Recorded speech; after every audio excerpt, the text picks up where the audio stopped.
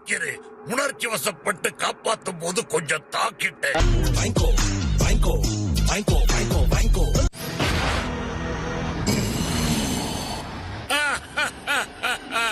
திரும்ப வந்துட்டேன்னு பாக்குறியா? இந்த மாதிரி சண்டைகளை 1000 பார்த்திருக்கேன். என்கிட்டயே வச்சுக்கிறீங்க.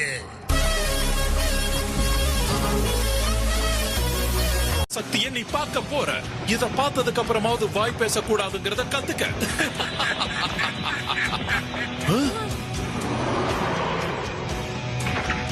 இதுதான் உன்னுடைய முழு சக்தின்னா இத நினைச்சு நீ பெருமைப்படக்கூடாது.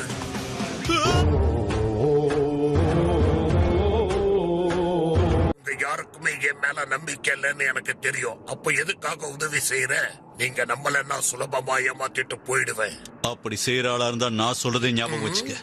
நானே உன் கதையை முடிச்சிருவேன்.